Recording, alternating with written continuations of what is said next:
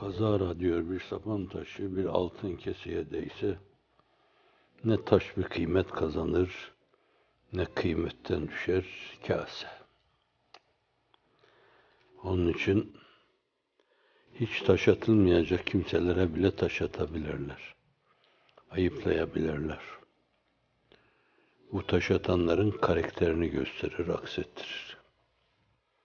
Önemli olan insan kendi içinde Allah'la münasebetleri açısından bir kasenin içinde altın gibi olmalı. Önemli olan odur, altın gibi olmasıdır. Varsın taşlasınlar. Taşa altından bir şey ulaşmaz. Taş altına değmekle altın kıymetinden bir şey kaybetmez diyor. Şair bir hak dostu. Evet. Sabahki Kur'an dersinde de gördüm Peygamber'e sallallahu aleyhi ve sellem elfe merrati. Elfe merrati. Bilyon merrati. Şair diyorlar. Kahin diyorlar. Kur'an'a şiir nazarıyla bakıyorlar. Çok defa saygısızca bütün enbiya-i izama inne haza le sehrun mübin esatirul evvelin demişler. Hep sürekli o altın kaseler taş yağmuruna tutulmuş. Taş hışımına, taş dolusuna, yağmur rahmettir. Ama onlar kıymetten bir şey kaybetmemişler. İnsanlığın iftihar tablosu onca taşlanmasına rağmen vazifesinden hiç dur olmamış, ruhunun ufkuna yürürken de dünyada terakkisine artık mahal kalmadığından dolayı âlâ-yı illiğine yükselmiş. Maiyeti ilahiye, Allah beraberliğine yükselmiş demek bu Celle Celaluhu. Evet. Demek ki bize çok şey düşüyor aslında. Hususiyle çok gaileli bir dönemde yaşıyoruz. Bir taraftan enaniyetler çok ileride. Icebergler gibi herkes öyle bir enaniyet taşıyor. 50 defa üzerlerine güneş doğsa, başlarından aşağıya sımsıcak şualar yağdırsa, erimeye hiç niyetleri yok. Ağızlarını her açtıklarında ama delaletin sarihiyle, ama iltizamiyle, ama iktizasıyla, ama işaretiyle hep kendilerinden söz etmek istiyorlar. Bütün delaletin delaletleri benden bahsetmeli falan diyorlar. Var ya Türk atasözü, üstünde kaşın var dedirtmiyorlar. Bir taraftan enaniyet böylesine çok ileride. Bir taraftan bütün terbiye müesseseleri yıkılıp gittiğinden biz de terbiye yetimi bir millet haline geldik. Terbiye yitirdik, terbiyenin yetimleri haline geldik. Bu da ayrı bir mesele. Onun için ağzını açan herkes hemen orada enaniyet adına o tabirlerle mesele ifade etmek istemem. Sizin kulaklarınızı tırmalar diye. Belki o türlü konuşmalara hırlama demek lazım. Ama beni dememiş kabul edin. Ağzını açtığında enaniyeti adına, benliği adına, müzekka olduğuna dair hemen laflar döktürmeye başlarlar. Ağızlarından dökülen şeyler dünyada hiçbir ipe takılmayacak kadar densiz tanelerdir. Fakat zavallı onları zebercet, zümrüt, yakut zanneder. Öyle ki sanki ağzından dökülen kelimeler onun nöronlarına, beynine, korteksine semadan yağıyor da o da onları lütfen insanlara ikram ediyor gibi. Ama Her danenin üzerinde belki 99 tane ene yazılı. Ben. Bir şeyi terennüm ederken ben. Yaptığı bir hizmeti anlatırken ben. Gırtlak oyunlarına girerken ben. Eğilirken ben. Kalkarken ben. Allah'a ibadette başkaları mülahazaya alındığı an Allah'la o mevzudaki münasebette kararmalar olur. Kapkara şeyler gider ona. Evliyaullah'ın müşahedesidir. Orada onun karşısında kulluk daimi ise insan kendinden sıyrılmalı. Kendinden sıyrılmalı ki kalbine husuf ve küsuf yaşatmasın. Evet, böyle bir çağda, ifritten bir çağda yaşıyoruz. Müslümanlık zuhur ettiği günden bugüne İslam dünyası böylesine belalı bir dönem görmemiştir. Belalı. Haçlı seferleriyle ezildiğinde de görmemiştir. Moğol işgalleriyle darmadağınık edildiği zaman da görmemiştir. İslam dünyası böyle perişaniyetlerle hiçbir zaman zebun olmamıştır. Haya sıyrılmış gitmiş öyle yüzsüzlük her yerde. Ne çirkin yüzleri örtermiş meğer o incecik perde. Vefa yok, ahd-ı hürmet hiç. Emanet lafzı bir medlul, yalan raiç, hiyanet mültezem, her yerde hak meçhul. Ne tüyler ürperir ya Rab, ne korkunç inkılap olmuş. Ne din kalmış ne iman, din harap, iman serap olmuş. Akif, rahmetullah aleyh rahmeten vasiaten. Kağın kendi dünyamız itibariyle resmini çiziyor, fotoğrafını ortaya koyuyor. Eğer onu öyle görmezsek zaten içimizde düzelme adına bir azim de oluşmaz, bir cehd de oluşmaz. İnsan kendini tas tamam görüyorsa, yeterli görüyorsa, müzekka görüyorsa, mükemmeliyet içinde görüyorsa, eksiğini, gediğini görmesi mümkün değil. Böyle bakanlar hiçbir zaman eksik ve gediklerini görmezler. Enbiya-i izamı, evliya-i fikamı, asfiya-i kiramı, mukarrebini izamı gez göz arpacık yaparak Müslümanla öyle bakmak lazım.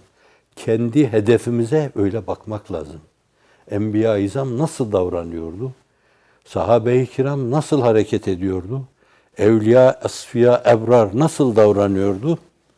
Evet, gez göz arpacık dedim. Bu mülahazayla yaptığınız şeylere bakmazsanız eksiğinizi, gediğinizi göremez. Göremeyince de eksiği, gediği telafi etme yoluna giremezsiniz. Tamamiyet istikametinde adım atamazsınız. İslam ekmeliyet ünvanı ile yeryüzüne gelmiş bir sistemler mecmuasıdır. Etemmiyet mülazasıyla yeryüzüne insanlara armağan edilmiş bir sistemler mecmuasıdır. O etemmiyete, o ekmeliyete ki esasen o rıza ve rıdvanla taşlandırılmıştır. وَرَضِيتُ لَكُمُ الْاِسْلَامَ دِينَ diyor ama neye diyor? الْيَوْمَ اَكْمَلْتُ لَكُمْ دِينَكُمْ وَاَتْمَمْتُ عَلَيْكُمْ نِعْمَتِي diyor. Sonra وَرَضِيتُ لَكُمُ الْاِسْلَامَ دِينًا. Öyle bir ekmeliyet ve öyle bir etemmiyet esas hedef alınmazsa, onu yakalamak gayreti ve cehdi içinde insanlar bulunmazlarsa, hafizan Allah, kendilerini enaniyetin, benliğin, gururun, kibrin, ucubun, fahrın girdabından kurtaramazlar. Kendilerini bir kere de o işe saldı mı, hele bir de böyle alkışlayanları varsa hafizan Allah, yalancı takdirkarları varsa, pöhpöhçüleri varsa, onlar da onu kahrediyorlardır, zavallı farkında değil. Var ya Araplar Kur'an okurken böyle etraflarında Allah Allah Allah Allah diyorlar. Bilmiyorum ki bir devri Risalet Penahi'ye gitseler, insanlığın iftihar tablosu, herhalde Kur'an okurken Cibril bile başını eğiyordu, böyle senin gibi diyemem ben diyordu. Kur'an okurken hiçbir sahabi, Ebu Bekir gibi, Ömer gibi, Osman gibi, Ali gibi, Allah 1000 defa onlardan razı olsun. Hiçbirimiz o meselenin özüne, ruhuna, enginliğine vakıf olamayız. Bir tanesinin onlardan böyle Allah Allah Allah Allah dediği duyulmamıştır. Sanki fon müziği gibi bir şey. O da böyle dedikçe coşuyor. Riyakarlığına riyakarlık katıyor. Hafizan Allah. Benlik, benlik, benlik, gurur, gurur, gurur, enaniyet, enaniyet, enaniyet. İnanın bana, tabirleri bu anlayışta olan insanların yeryüzünde ruhlarının abidesini ikame etmeleri mümkün değildir. Evvela bir teskiye-i nefse ihtiyaçları vardır. Teskiye-i nefs ne demek? Nefisleri adına esas arınmaya ihtiyaçları vardır. Hazreti Pir'in nefsin arınması adına ortaya koyduğu şey de şudur. Diyor ki, dine hizmet ettim diyor, fahirlenme diyor. İnne Allahe le yu'eyyidu hâze'd-din biyedir reculil facir. Allah bazen fıskı fücur içinde olan bir insanla bile bu dini teyit eder diyor. Müzekka olmadığından, yani dabağın deriyi yerden yere vurduğu gibi nefsini yerden yere vurmadığın için müzekka bu demek. Müzekka olmadığından sen kendini o recülü facir bilmelisin. Ölçü bu. Bu kitabın ölçüsü. Bu sünnetin ölçüsü. Bu peygamberane bir bakışın ölçüsü. Ve böyle olmayınca da her şey böyle enaniyet adına döktürülür. Enaniyet gayri nesebi gayri sahih, enaniyet tavırları doğurur. Siz enaniyetle ortaya çıkarsanız sesiniz, soluğunuz, bağışlayın, özür dilerim. Bir kere de o tabir dilimin ucuna kadar geldi. Mırıldanma diyecektim, demedim yine. Sen onu seslendirirsen hafizan Allah, o da nesebi gayri sahih, enaniyet hırıltıları meydana getirir. Hale aleme baktığınız zaman çarşının, pazarın, sokağın, meydanların bu türlü hırıltılarla inlediğini göreceksiniz. O onun enaniyetine dokunuyor, o da onun enaniyetine dokunuyor. Var mı bunların içinde? Çok teşekkür ederim. Hazreti Pir'in dediği gibi, koynumdaki yılanı, akrebi haber verene teşekkür ederim diyen birisi. Hakikaten ben bu meseleyi tam düşünememiş, isabetli planlayamamış, iyi bir strateji ortaya koyamamış, o stratejiye göre düşündüğümüz, iyilik adına yapmak istediğimiz şeyleri realize edememiştim. Gözümüzü açan bu insanlara Allah merhamet buyursun. Hiç duydunuz mu böyle bir şey? Bunlar eskiden vardı, 3 asır evvel vardı. 3 asır evvelki Müslümanların virdi zebaniydi. Şimdiki Müslümanlar bunları gömdüler, enaniyetlerini gömecekleri yerde. Üzerine de taş üstüne taş yüklediler. Bir daha da kalkmasın diye ellerinden gelen her şeyi yaptılar. Evet, tezkiyesiz nefsi emmaresi bulunması şartıyla kendini beğenen başkalarını beğenmez. Başkaları da onu beğenmez, o da onu beğenmez. Hali alemdeki hercümerç. Kitabül Melahi vel Fiten'de ifade buyurulan hadis-i şeriflerde sallallahu aleyhi ve sellem tarafından işte o tablolar, o resimler böyle birer fasit daire çerçevesi içinde cereyan eder durur. Ve Müslümanlar ruhlarının abidesini ikame edemezler. Keşke yemin edebilsek yani. Gelin Allah aşkına yemin edelim. Hakikaten kusur bildiğimiz şeyleri kitaba ve sünnete göre, Selefi Salihinin cadde-i kübrasında bulunmaya göre kusurlarımızı, mesavilerimizi yüzümüze söyleyen insanlar karşısında çok teşekkür ederiz hakikaten. Bizi memnun ettiniz. Koynumuzdaki akrebi yılanı haber verdiniz. Ya haber vermeseydiniz o miret bizi ısıracaktı. Evet. Kendimizi bu duruma göre ayarlayalım. Yoksa hiç farkına varmadan önümüzde batanlar gibi biz de batar gideriz. Kaldırmaya çalıştığımız şeyi de batırırız. İmar etmeye, restore etmeye çalıştığımız şeyi de yıkarız. Bir kere daha yıkarız hafizanallah. Ve sonra bir asır ister. Kim bilir arkadan gelecek nesiller nelerse. Onun için biraz ümitli, biraz da ümitsiz Eşref Edip Bey'le bir mülakat yaptığında bunca güzel oluşumlar var, ümit var değil misiniz?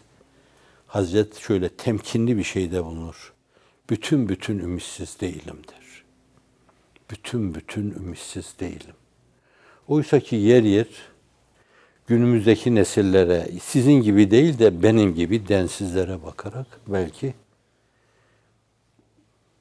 evet, ey mezarı mütarik bedbahtlar, gelen neslin önünde durmayın, çekilin. Mezar sizi bekliyor. Ta kainat üzerinde hakaiki Kur'aniyeyi temmevüç saz edecek olan nesli cedid gelsin. Hep bir nesli cedid rüyası görmüş. Kirlenmemiş, yara almamış, bera almamış, günahlara girmemiş, kendisini sorgulamasını bilen bir nesli cedid gelsin. Sorgulama derken aklım hemen şu anda geldi, ben de onu arz edeyim. Alvar İmam'ı fakirden duymuşsunuzdur. Benden duyduğunuz benim seviyemde bir ifade tarzı olur. O Hazreti Kâmeti bağlasıyla ifade etmez. Çocuktum ben o vefat ettiği an. 16-17 yaşındaydım. Ama o yaşa göre bile o zatın ilham ettiği bazı şeyler vardı ki hala kortekstimde benim bana istikamet burası dedirtecek mahiyettedir. Her birerleri. Bakışı, konuşması, el ayak hareketleri benim gibi kaba tavırları yoktu. Bu açıdan da onun deyip ettiği şeyleri ben söylerken kendi rengim, kendi desenimle ortaya koyduğumdan o büyük zatın büyüklüğüne karşı saygısızlık yapıyorum. Bakın ne diyor? Ne ilmim var, ne amalim. Evet, 80 yaşındaydı bunları söylerken. Bu küfrevilerin ve aynı zamanda Kadiri olarak da Şeyh Nicari'nin, Şeyh Hamza'nın önemli halifelerinden, doğuyu bir yönüyle aydınlatan, önemli hem bir Nakşi hem bir Kadiri piri, muganıydı yani. O Ermeni taşnakçılarına karşı imam olduğu dönemde silahını sırtlamış, savaşmış Hazreti Piri Mugan gibi. Cihan Harbi olduğu zaman da o iş için hazırlanmış. Sulh Sükun döneminde de o cihad-ı ekber dediğimiz insanların nefisle mücadele ve mücadelede bulunması istikametinde irşatlarıyla onları insanlığa çağırmış. Biz belki işte çok anlayamadığımız dönemde onun o dönemine rastladık. Diyor ki ne ilmim var ne amalim, ne hayru taata kaldı mecalim.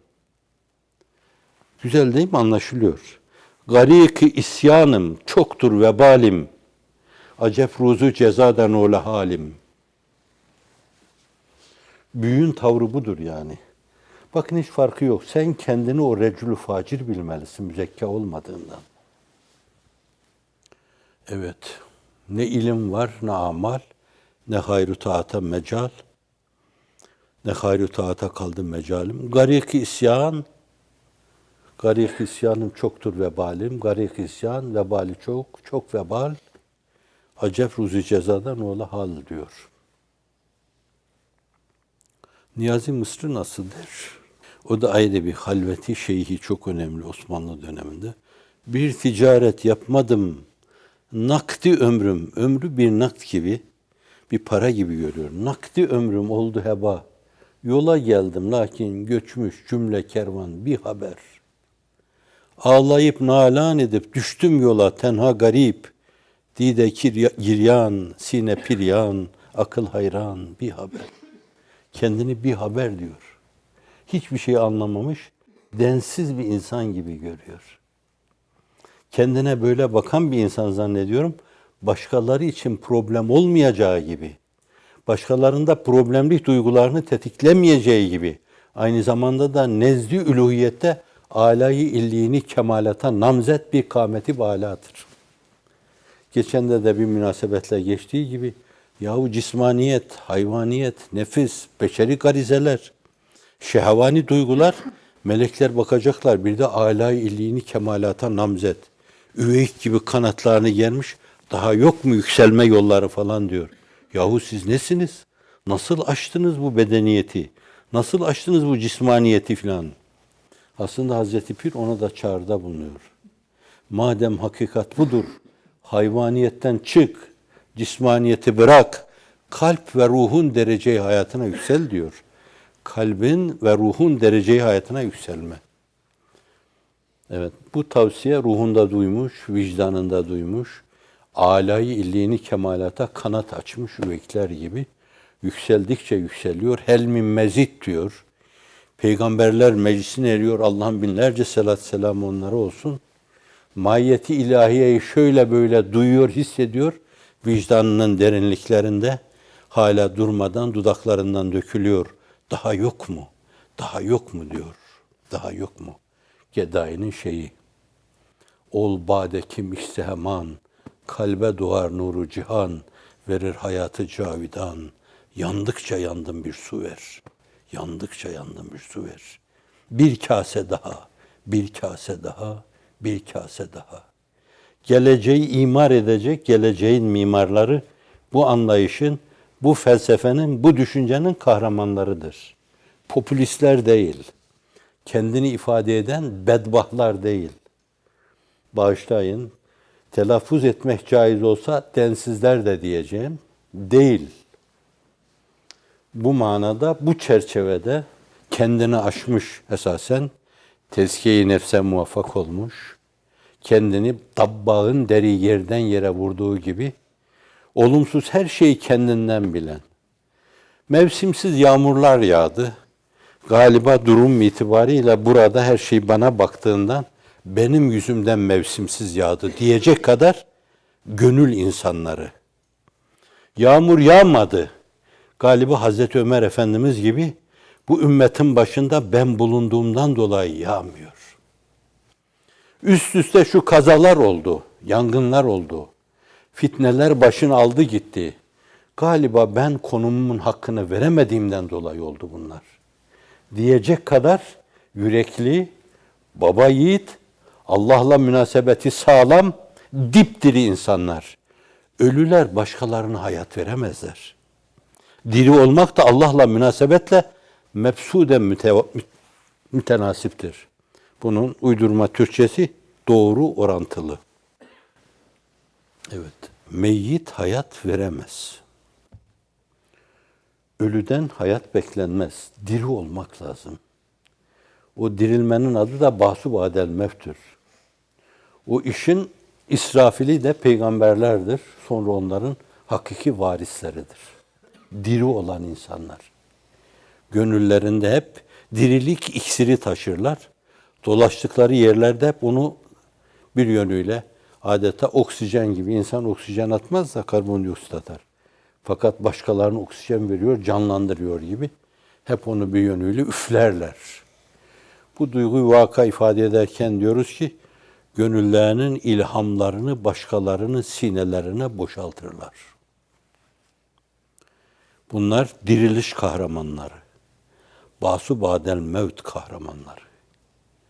İnşallah sizden sonra gelen nesiller hakaik-ı Kur'aniyeyi arz üzerinde temevvüç saz edecek olan o nesil olursunuz. Ve o zatı yürüdüğü o alemde, ruhunun ufkunda hayal edip, yüksek bir ideal, bir gaye hayal halinde hep ruhunda yaşattı. O mefkuresini gerçekleştirmiş mimarlar olarak sevindirirsiniz. Ümit var olunuz. Şu istikbal inkılabı içinde en yüksek ve gür sada İslam'ın sadası olacaktır. O bunu demiş gitmiş ve bunu realize etmeyi size bırakmış. Ümidim var ki semavatu zeminu asya ba hem olur teslim yedi beyza İslam'a. İki şekilde okunuşu var. Ümidim var ki semavatu zeminu asya ba hem olur teslim yedi beyza İslam'a. Öyle ümit ediyorum ki arz ve sema İslam'ın o yedi kudretine, nur efşan eline, Seyyidin Hazreti Musa'nın elindeki asa gibi hareket ettiği zaman nurlar neşreden asasına teslim olacaktır diyor. O gayeyi hayalle yaşamış. Gayeyi hayal tabirini Frenklerin ideal dedikleri hususta kullanılıyor. Ziya Gökalp'ın mefkure dediği konuda kullanılıyor. Gayeyi hayal. Onu gerçekleştirenler onu, onun önündekilerini, onun rehberini, rehberlerin rehberini öbür tarafta memnun ve mesrur edecektir. El verir ki sizden sıyrılarak, alemi kesretten sıyrılarak, alemi kesrette neysalik firare ile yürü, ferdu ahad bargahında karar eyle yürü. Kesretten sıyrıl, vahdete yönel, onu bul, kendinden kurtul. Kendinden kurtulamayanlar kendilerine husuf yaşatırlar. İnşallah o Hazretin ümitlerini sizden sonraki vesile olduğunuz o nesiller, nesli cedid realize ederler. O zatı memnun edersiniz. İnsanlığın iftihar tablosunu memnun edersiniz. Ve tabii her şeyden evvel ve her şeyin ötesinde Allah'ın hoşnutluğunu kazanırsınız. Ben sizden razıyım der. Oraya gittiğinizde de bizzat bunu yüzünüze söyler. Sabah-ı şerifte ifade ediliyordu. Oraya gittiğinizde bizzat yüzünüze söyler. Ben sizden razıyım. Bunun için canlar feda olsun. Dünyevi, cismani zevkler feda olsun. Zindanlar helal olsun. Helal olsun.